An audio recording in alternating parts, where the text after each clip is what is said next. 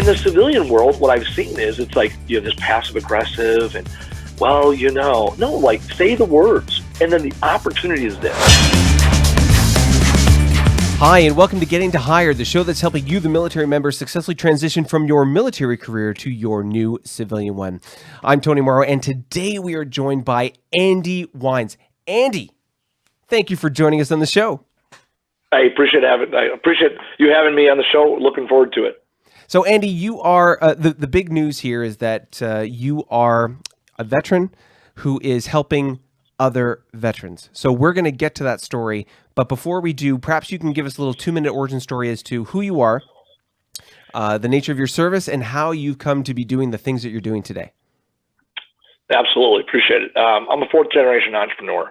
That's as simple as it is. I grew up in an entrepreneurial family, built businesses now, continue to build businesses, and that's my life's work. I chose 15 years ago to join the military, which wasn't really in our family, and that has opened my eyes to a whole other world, a whole other community, and that's the community I really resonate with. So I've taken my entrepreneurial roots, built business, and now I focus on how I can give back to veterans, because as we transition back to the civilian world, finding meaningful employment, empowering ourselves within this civilian world, the big scary civilian world, it's really my life's work. And so it's just a combination of all the things I've done, from corporate America to small business to owning businesses, and now it's my opportunity to give back to fellow vets. So you mentioned, for example, you are an entrepreneur and you come from a long line of entrepreneurs in your family. Can you tell us what's the work that you're doing today, and how is that work working with or helping vets? Yeah, so my brother and I own a business, Green Up Solutions. It started as an environmental consulting business, and since then we've transitioned. We own junk removal franchises here in our home state of Wisconsin. We do advising work across the country, primarily for businesses and veterans that are transitioning to either become business owners or just transitioning and looking for meaningful employment. And then we do some videography and some environmentally sound products. But a lot of what we focus on, what my passion is talking with vets. I would say talking with vets about not veteran-related stuff. I love spending time with veterans, talking about business, talking about life, talking about parenting, because we have a common language, but we don't always have to go back to, no shit, there I was, XYZ place. And that's so it allows me to do that stuff. And business is my discipline. Well, so you mentioned, for example, Green Up Solutions and the work you're doing there. You've hired many veterans, including a previous guest on this show, and creating opportunities for veterans as far as employment post-release. Like you say, a lot of the challenges that we face in kind of putting our uniform aside and going and finding a civilian opportunity can be challenging. What do you see when you hire vets, when you look to give them an opportunity? What do you see as the value in a veteran specifically when it comes to adding value to your company? When we talk about the civilian sector, it's always about hard skills, soft skills. Those are the two kind of buckets we put things in. And with veterans, just, regardless of their hard skill, right? When you're an infantryman or a mortarman or artillery, like that hard skill of knowing that, there isn't much that can be transferred to the civilian world. But when we look at the soft skills, the communication, the leadership, the camaraderie, the mission first mindset, that is what I look for. And that transcends all branches. And with our organization, because we are veteran-centric, we use veteran language, we use customs and courtesies. So it's a natural fit for us. And then it's less of a learning the culture. You understand the culture because you understand the military, you understand our company culture. And the flip side for us is we get individuals that speak the same language as us, have that same common bond of wanting to be part of something bigger than themselves. And regardless of where you work within our organization, that is what people feel. They feel as though they're not just impacting their own personal lives, they're impacting their community and they're impacting our world. And that is the same reason a lot of us serve. It sounds like, based on, without going into the specific numbers, with there being a large contingent of veterans in your organization, it sounds like you're really creating that sense of community, that mutual support, that that safe space for folks to be able to, like you say, talk about things that aren't necessarily talk and shop when it comes to the military experience. You can talk about your family, you can talk about this, you can talk about things surrounding your life without in the language and in the way that you're accustomed to from your military experience, but not necessarily. But again, in that safe space with the common language and with the people that you know, like, and trust. Yeah, that's exactly what it is. Yesterday, a buddy of ours from Dallas drove up. He delivered some stuff that we had, that we had bought from him. And when he delivered it, he came up and he spent some time with us, and we spent 6 hours yesterday. So from 4 o'clock in the afternoon to 10 o'clock at night, just talking about life and running businesses. And yeah, it was, at one point I was like, yeah, you did Iraq and Afghanistan. He's like, yeah, and then that was kind of it. Like, we didn't go into, no shit, what happened, right? We'll make those mentions of, yeah, I was in a rollover, I was in this, or I was that, but we're not sitting there replaying the battlefield in our heads. But like you said, I would have used the word safe space, but it's comfort, right? It is comfortable to be around veterans that understand what we're going through, that understand the challenges, and it's a place where it's not this, the VA, for example, or in a hospital or in a group setting where you have to talk about this, or you have very proactive, probing questions. Well, what makes you feel good? And I think there's a time and place for that, but it's very therapeutic just to talk, and it's therapeutic just to surround yourself. It's the things that, it's what is said is important, but it's also those things that aren't said. We can give each other a look, and we know that was a bad day, or that was a good day, or we look forward to that thing, and there's comfort in that. It's, you talk about you're talking about hard skills and soft skills earlier. There's a vocabulary that we build in the military, a way of communicating, like you say, with just a look. You can tell. You can communicate something very clearly, or you can tell something from somebody else as to how they're feeling.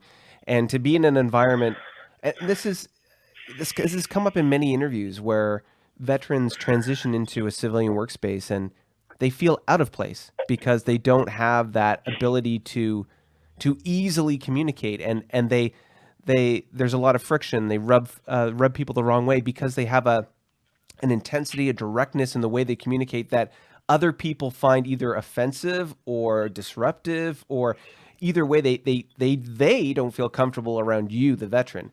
And so the fact that you're able to create a place, a work environment, a culture where you can take that vocabulary, that style of communication that you had from before, and you can move into a non-military occupation, still, communicating in a similar way, maybe not exactly the same, but similar way, be able to have that look, that way to speak, and everybody understands and appreciates what you're trying to say, and no one's offended. Everyone can relate.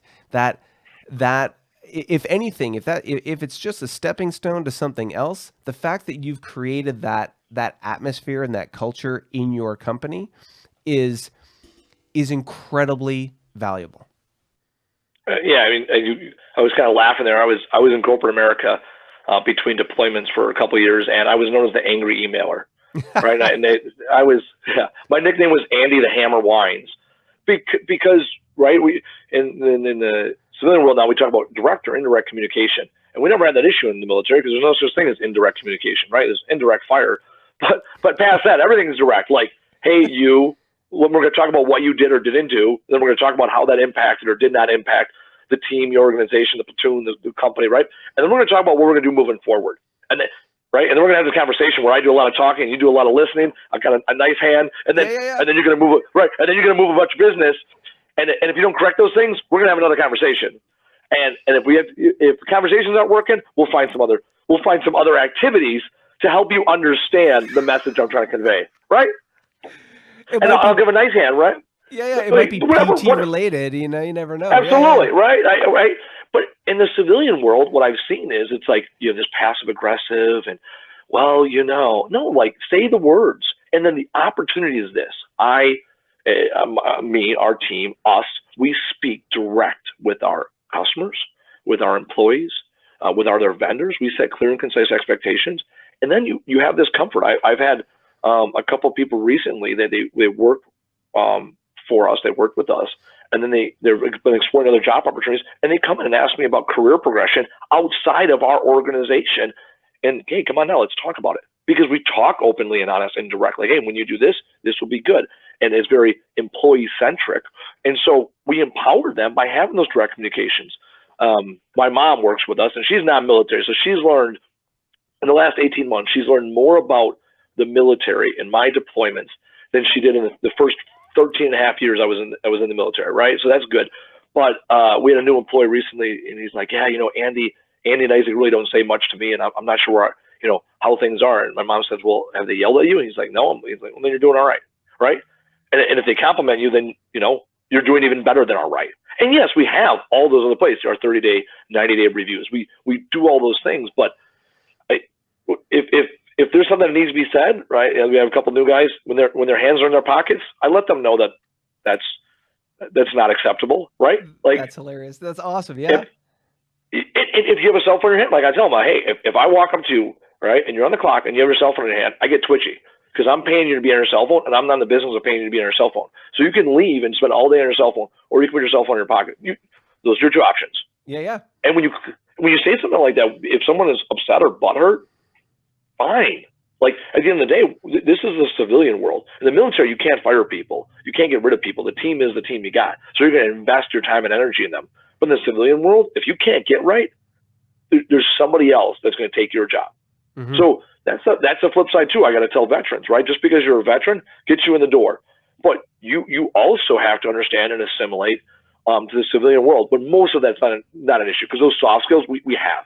We know not to be smoking and joking. We know that if our boss is working and we're not, that's an issue. So kind of asked earlier why we hire so many vets is that reason. You don't have to have the conversation with vets. They get it. Yeah, we have that there's like a base understanding of like the intensity, the drive, the standards of quality, and the work that needs to be done, and applying yourself and getting it done. It's refreshing to hear you say all that, because again, the in many interviews we've come across this conflict, this friction that a lot of veterans experience when they move into a civilian work environment, because there is a misalignment in communication, in expectations.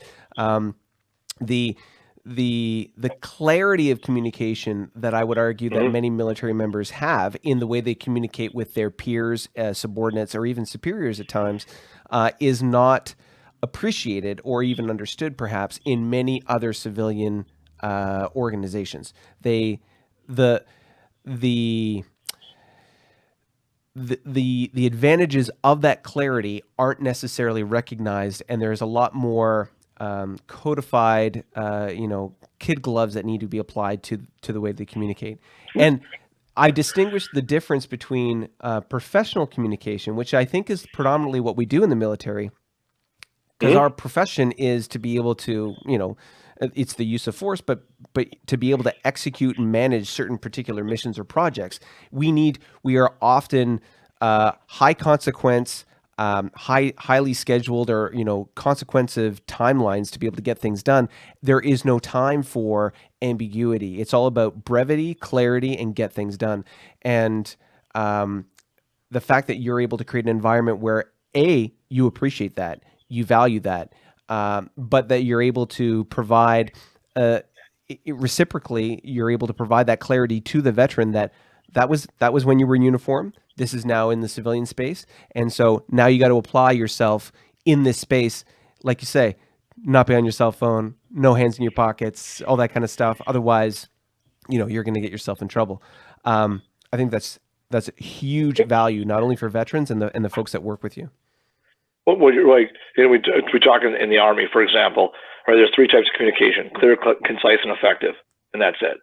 And what I stress to people when they get around me and our team, I can be brash, bold, whatever label, right? That's, like I said, that's subjective.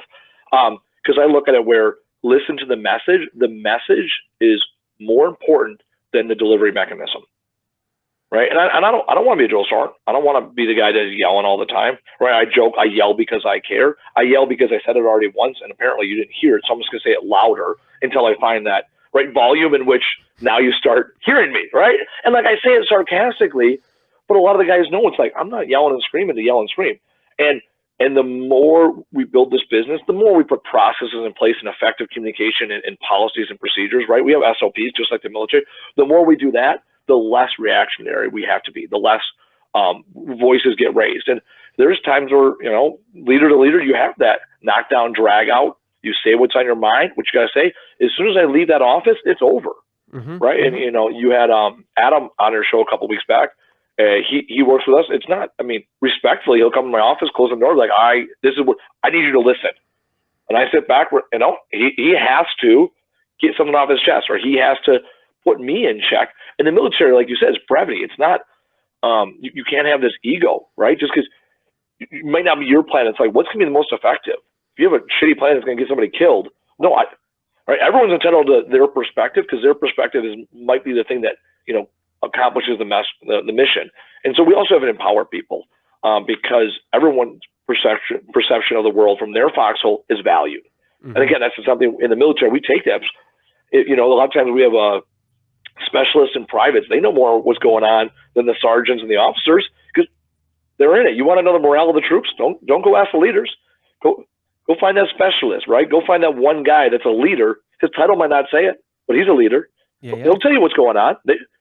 People aren't stupid, right? So empower them, and then respectfully, remind them who's in charge if need be, but let them grow and develop as a person. And I think we do that a great job in the military, because your obligation, especially as a non-commissioned officer, you are grooming the next person to take your spot. A lot of times in the civilian world, it's like, I don't want to teach this person that or this person that, because this is my piece of the world, and I don't want anyone to mess with it. Military, right? You're in your position no more than 3 years, because you're going to PCS and move out, or you're going to get promoted.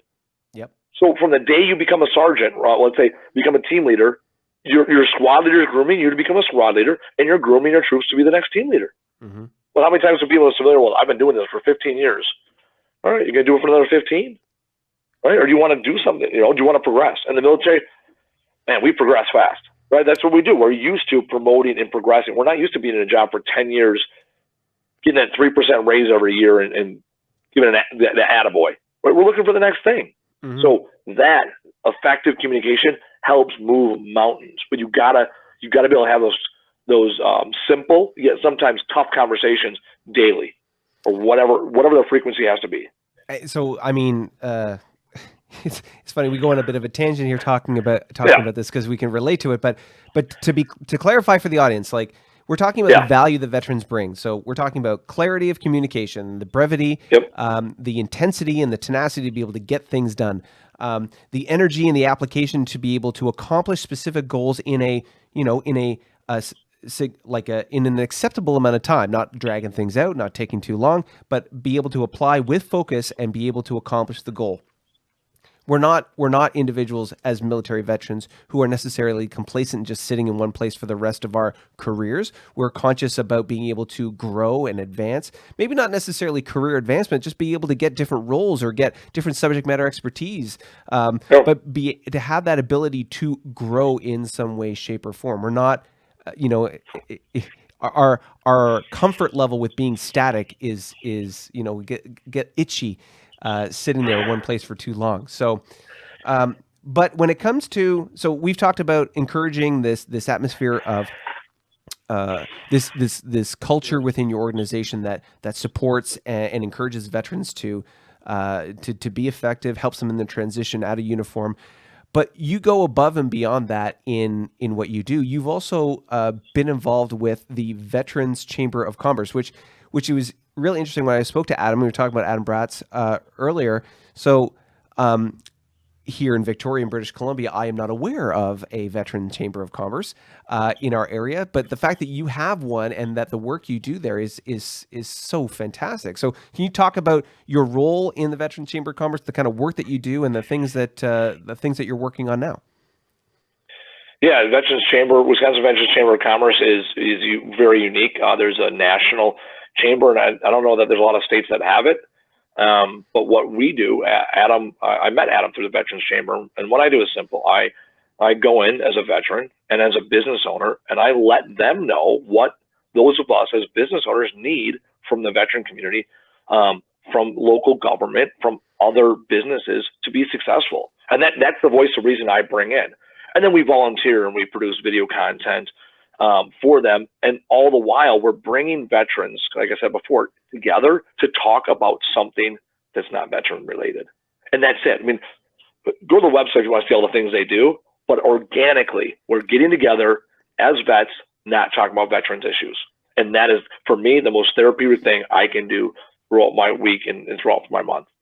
And it's funny. It's a consistent theme through this conversation so far, is that we're talking about the progression. So once you leave the uniform behind and you move on to your civilian life, you may communicate in the same way, you may relate to the same people, you may have common cultural touching points with all the people you're working with who are also veterans.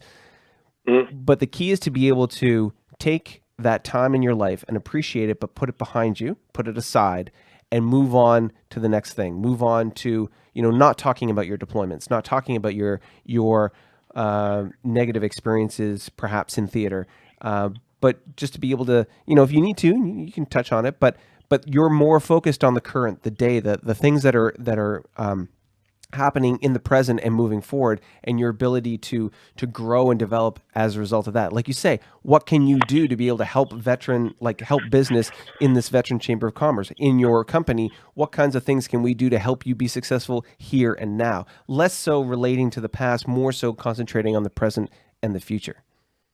The best way I can put it is this, and this is something I thought about just a few months ago, and I wrote a piece on it and did some photography work, is very simple.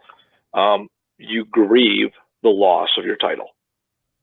It starts with denial and ends with acceptance, right? And there's anger and there's bargaining and there's something else in there. I can't remember what else it is. Anger, bargaining, something else, right? Something else. Don't quote me on that. Read the article. Yep. But the point is, think about it, right? You get back, you're in denial. Oh, the civilian world, the civilian world, that, right? And then you're pissed off at the civilian world. Oh, I came back from Iraq and everything was civilians don't know what's going on. Everything was civilians this, civilians that, right? And then you have the denial stage. You're like, oh, I should just go back to Iraq, right? Like you think about it. You're like, all right, or the bargaining stage, right? You're like, well, maybe I just need to go back, right? Mm-hmm. I will give up my freedom to go back to being comfortable as a vet. I had a not great deployment the last time, and there was days where I wish I would have been back. And then finally it gets to acceptance. You accept that being a veteran is important. We talked before this. You said, hey, I didn't realize you're still in the reserve, so I should put down Army reservist. I said, no, put down veteran. I accept the fact that the time in my life that I deployed was some of the best time of my life, and I also accept that time has passed me. Mm-hmm. And we as veterans, we have to, bring ourselves, right? I wear camel pants and tattoos every day. I am proud of my service, but that was 12 years ago. Right. What's next? And you have to accept the fact that I'm not a soldier anymore. This isn't base. This isn't Iraq, Afghanistan, name that place. This is the civilian world, and I have to accept that I am who I am, and I have to be successful in this organization, and the organization, this community, the culture, work, whatever the thing is. Mm-hmm. So go through the 5 stages of loss. It really hit home when I put it in perspective that I was just going through the loss of the title, the loss of the position, the loss of the authority, the loss of the rank, the loss of all those things that you hold to be so true, right? That when you get your dog tags, you become a soldier. That's what it struck for me. And to wear your dog tags and them not matter in the civilian world, that's something I had to learn to accept. And it's a huge, for many of us, and I know, I've talked about this myself, you put a lot of value, your sense of self in that uniform, in your identity as a soldier, sailor, airman. And to put that behind you, like you say, it's this grieving process, and it's not comfortable, and it's something that and I see it so often, even when people are approaching their date of release, it's like they're holding on with their fingernails dug into the wood. They cannot acknowledge that they're going to be out of uniform in like a week, a day, a month, or whatever it is. And they just hold on to that prestige, that position, Yep. that title. And they hold on to the last day, and then the last day comes and they're out the door and it's done. And that's it. The Army will go on without you. Exactly. The organization, it was great while you were in. Thank you for your service. That's it. And it's not that they don't care about you anymore, but they've got other things to deal with. And, you'll always have that kind of part of your life. And like you say, like you look back on it and it's like some of the best times you've ever had, but you need to move on. And essentially, one of the things to think about in another success story, we talked about the new mission. And the new mission is for you to move forward and be successful in the civilian world. And hopefully you've done some planning in advance. But if you haven't, there's no time like the present. You start and you start your new mission, which is putting on your new uniform, which is whatever you're going to wear for your new profession, whatever that's going to be. If you have to wear a suit, you wear a suit. If you have to wear camo pants and a t-shirt, you wear camo pants and a t-shirt. You wear whatever it is you're going to wear to do that new job. You find yourself a position and you adapt and overcome the obstacles in your way to be successful in the new thing that you're doing. Because as we've talked about, what are the qualities about a veteran that make them so valuable? Their tenacity, their drive, their courage, their ability to execute. And in this case, that's exactly what they're doing. And your company providing an environment where they can take a lot of what they knew and be successful working with you in Green Up Solutions. Even if, like you say, even if it's just a stepping stone, that is phenomenal. Yeah, I joke the only thing worse than being in the Army is not being in the Army. You never, right? And I heard an old colonel this a couple months back, 35 years, he was retiring. He just did ROTC because he had bills to pay. 35 years later, he's getting out, and he said in all of his years, he had never once heard of someone regretting staying in the military, but he had definitely heard people that regretted getting out. Yeah. So something to keep in mind as you transition out, right? Whatever regret or whatever the thing is, but knowing that as you transition, it's going to be a change. And the opportunity then is to rely, like you said, on those soft skills and strengths that made you successful, and finding a way to adapt those skills in the civilian world, right? If you're a leader, go be a leader, right? There is no counseling statements in the civilian world. There is no, like you said, PT earlier, right? Wall-to-wall counseling or corrective action, right? You can't make people, right? Like, in the Army, we have a NJP, non-judicial punishment of Article 15, right? And if you screw up, you get 45 days of, extra duty, 45 days of confinement. Mm-hmm. When people punch out, you can't control what they do after work. You can't make them stay late. You can't make them do extra duty. So how do you take the same leadership, the ability to coach, train, and mentor soldiers? How do you take that, but apply it with the way the civilian world works? And like you said, the tenacity, the boldness, the whatever you want to call it, use that within the left and right limits of the civilian world, and then push through that kill zone. Continually move through that area, and then you'll be successful. It's the guys that sit back here and say, well, I can't do this or I can't do that, and where do I even start? Same way you did with basic training, one foot in front of the other. Mm-hmm. Right? Mm-hmm. Left, right. Don't forget to breathe. You'll be fine. But you've got to take that first step, because there's nobody knocking on your door, civilian world. Absolutely. You can't be late for anything if you have nothing to do that day. That's the quote of the day. You can't be late for anything if you have nothing to go to. So true. True. Our Army. There's always something. My experience, there's always something to do in the Army, right? You got PT, you got 3 chows, right? There's always something to do, and if there's not, someone will make up something to do. Mm-hmm. Mm-hmm. Andy, man, so many good gems. I love that quote. You can't be late for anything if you don't have anything to be late for. That's phenomenal. So Andy, how can folks reach out to you? How can they connect with you? Either whether they're looking out to connect with you with regards to the Chamber of Commerce, or specifically with Green Up Solutions, if they've heard this story, they're looking for an opportunity, or they're looking just to tap into you as a speaker, as a veteran leader. How can they reach out to you and connect? LinkedIn's the best way. LinkedIn is the social media platform of the business person.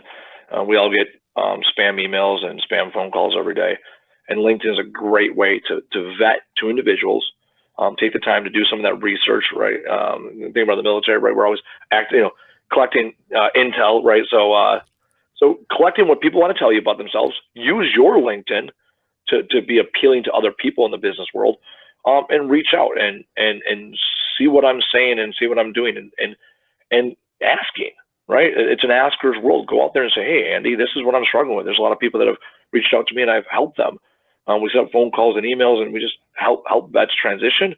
And my time is your time. I want to give time to individuals, and LinkedIn's the best way to do that. We can vet each other. We can understand how we can help each other.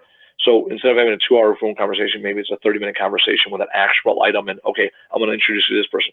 Like, you and I met via LinkedIn. It's the tool that I use the most. And then put yourself out there. And that's got nothing to do with me, but what the best thing you can do for yourself is be open and honest with those around you of what you need, want, and desire. And the community will rally. But again, you got to put that first foot forward. Well, Andy, thank you so much for being on the show. Those gems, those catchphrases, which we'll clip and use in promos for sure. All your contact information for those who are watching, all the contact information to get a hold of Andy, LinkedIn link and website and so on, will all be down below in the show notes. That's right, down there. All right, Andy, thank you so much for being on the show today. Thank you. Appreciate it. No, I appreciate the time, and to all those out there, welcome home. But it's your time to take that first step. So, Andy, thanks again for being on the show. One of the things Andy mentioned is talking about LinkedIn being so critical to your success in order to be able to network and so on. There are many tutorials out there. We have some LinkedIn basic tutorials here on getting to hired, and I will link those up above. But other than that, if you are looking to reach out to Andy, like I say, the links will be in the description below. If you found this video of any value, please feel free to share it with and throughout your social network. And of course, give us a thumbs up. If you want more videos like this, then hit the subscribe button and the notification so that you know when new episodes are published. It has been a fantastic episode. I'm looking forward to seeing you in the next one. Bye for now.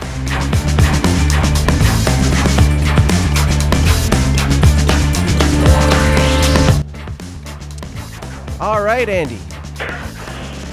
Good stuff. That was great.